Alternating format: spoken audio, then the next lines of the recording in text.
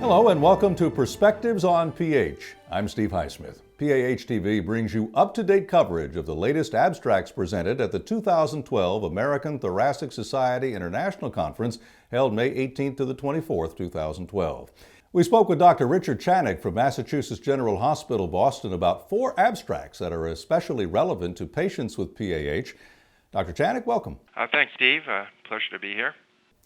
Doctor, what abstracts did you feel were most important this year for physicians treating pulmonary hypertension? I mean, there were really many interesting abstracts, quite varied. I did pick 4 that I felt were very relevant to clinicians, and they provided some new insights. Those included validation of 6-minute walk distance as a surrogate endpoint. We have something on left heart disease, specifically diastolic dysfunction. There was a very nice abstract on newer imaging techniques for chronic pulmonary emboli, and then quite a provocative abstract on the role of specialty centers and how often patients were misdiagnosed by non-centers. So those are 4 that I thought were notable. Doctor, thank you. Why don't we begin with the 6-minute walk distance validation? Okay, so this was an interesting study. It examined a very common endpoint that's been used in many trials, the 6-minute walk distance, which, although very valuable, has been questioned recently as a valid surrogate endpoint, even though it has led to approval of all the therapies. And what this study really looked at was to try to correlate 6-minute walk distance as a clinically important endpoint, in the sense that it could predict the development subsequently of a clinical event. So a change in 6-minute walk distance could potentially indicate, if it improves, that a patient is less likely to have a clinical event. So clinical stability, if you will, or even improvement. And in fact, they did show that there was a threshold walk distance improvement of 40 meters that seemed to be associated with a significant reduction in clinical events. In addition, they did find that if you look at all the active treatment pooled analysis that was done for this study, that patients who are actively treated and improved their 6-minute walk distance also had decreased odds of a clinical event. So it did appear to be, at least in this study, in this analysis, if you will, and still an important marker and what one could call a surrogate for outcome. Doctor, what are the implications of a minimum important difference of around 40 meters in both the clinical practice as well as interpretation of clinical study results?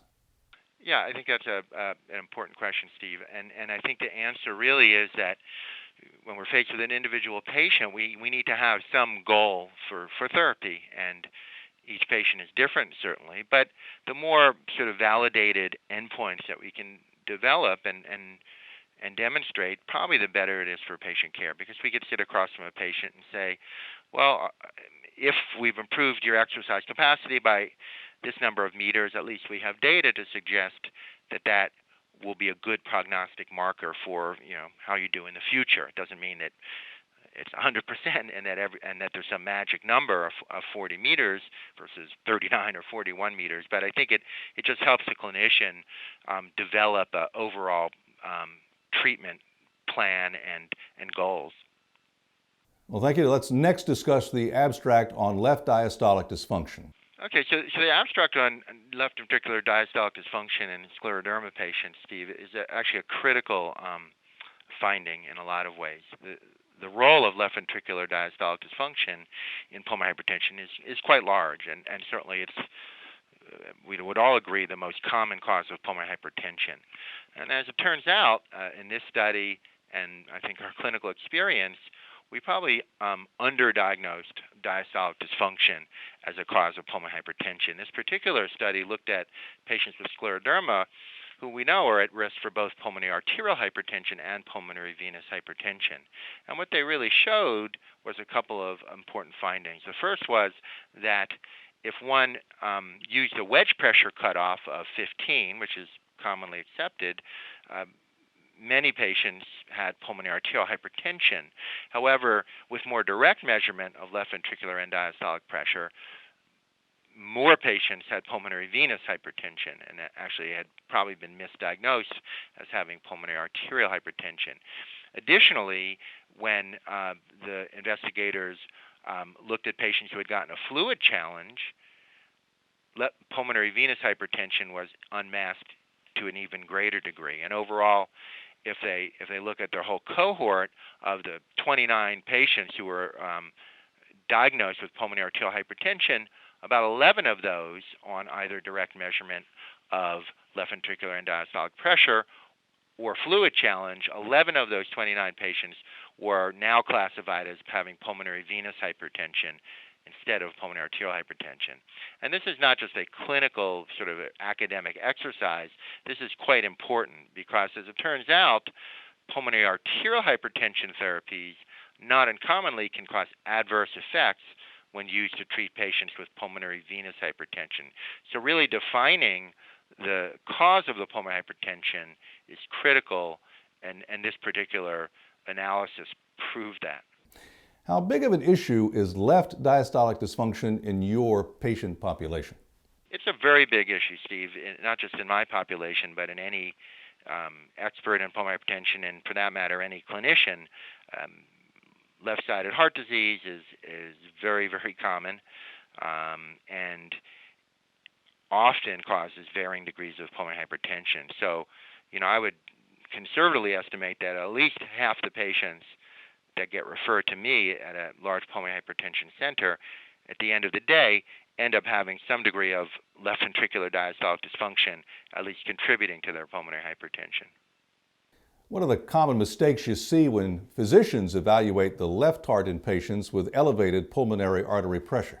Well, the biggest mistake is not evaluating the left heart adequately, and I think this study may actually show that to some degree. And patients often, and I think still too often, get placed on PAH therapy without, in fact, ever having a cath done, a right heart cath. And so you could take an elderly patient, a patient who's diabetic or hypertensive, for example, where there's a very high likelihood of left-sided heart disease. If that patient has high pulmonary artery pressures, we need to be very, very suspicious. And I find that sometimes these patients are just started on therapies without really a good, complete workup, including right heart catheterization and, as this study would suggest, in some cases, fluid challenge. Well, thank you, Dr. Channick. Why don't we move on to the abstract on MR evaluation of chronic thromboembolic disease? Okay, so this is one that is sort of near and dear to me in the sense that I've been involved in the care of patients with chronic thromboembolic pulmonary hypertension for many, many years.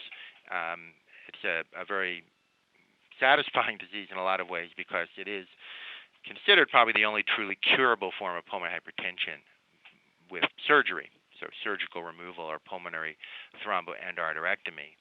And because of that fact, it becomes critical to make a proper diagnosis of chronic thromboembolic disease. And there's been a fairly agreed workup of these patients, including ventilation perfusion scanning, to look for significant defects that could indicate chronic thromboembolic disease. And I do think there's a need for sort of more modern imaging techniques. And this particular study looked at MR lung perfusion imaging. And the potential advantage is there's no radiation. It's a non-ionizing imaging modality. And they really validated it against VQ scanning as a quite sensitive and specific technique. And in fact, they did find in this analysis of 132 patients that there was pretty good correlation, and that the MR perfusion study corresponded or correlated quite well with the perfusion scan, the nuclear perfusion scan. So I think that's moves the field forward, and it's certainly, I think, at least a study would suggest a reasonable imaging modality for looking at chronic thromboemboli. Now, where exactly the role is of MR imaging, whether it's necessary in most patients, one could question, but they certainly were able to show that it was an accurate technique in those patients. How is chronic thromboembolic disease evaluated at Mass General? So at Mass General, where we have developed a fairly sizable group of these patients and have operated on many patients in the last year or so, we do have a fairly set workup, and this workup was something that we developed in San Diego over 40 years or so when I was there, for the past 25 years until just recently. And what the workup really does entail is both non-invasive testing, including ventilation perfusion scanning, pulmonary testing, pulmonary function testing, and then in virtually all cases, some invasive testing with right heart catheterization, and in many cases, an actual pulmonary angiogram where we're injecting dye directly into the pulmonary artery to try to visualize exactly where the thromboembolic disease starts, and specifically with an eye towards whether or not the patient is surgically accessible. Doctor, how should we interpret the results here, and do they impact clinical practice at all? Well, I think that's a little less clear, to be perfectly frank. I mean, I think there are some practicalities, let's say, at many centers. For instance, the difficulty in obtaining a ventilation perfusion scan, which is an old test, but becoming less and less commonly done. And so therefore, there's in some centers and hospitals a greater difficulty obtaining that simple test. As I mentioned, also the potential concern of ionizing radiation. And so whether or not this modality will replace ventilation perfusion scanning or potentially, theoretically, even replace pulmonary angiography, I think it's still too early to tell. This was a relatively small study, and I certainly wouldn't use it to change practice at this point. Let's discuss the abstract on patients who are referred to a PAH center. So, Steve, this was one that certainly is a hot button topic in a lot of ways. It raises the issue, and a very important issue, of whether or not patients should all or mostly be referred to pulmonary hypertension centers who spend virtually all of their time evaluating such patients. And I think intuitively, or common sense would say that a patient is better served at a center that sees that kind of a patient all day long versus, let's say, a physician who doesn't see it that frequently. And this group looked at that, and they looked at their patients who had been referred and underwent a workup, and at the end of the day were given a diagnosis. And what they found is interesting and certainly provocative, which is that a significant number of patients had been, quote, diagnosed incorrectly by the referring physicians.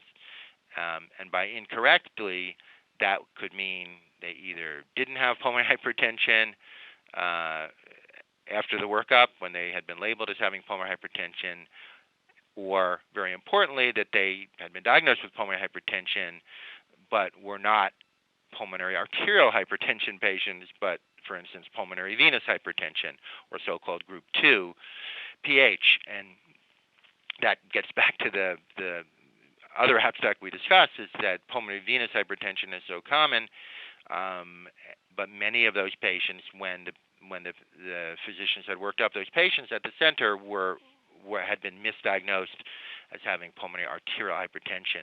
And in fact, and most concerningly, 42% of the patients had been given pulmonary arterial hypertension medications when they ended up not having that diagnosis. So this is something that we all struggle with at pulmonary hypertension centers, and I'm sort of in the middle ground. I certainly don't get up there and say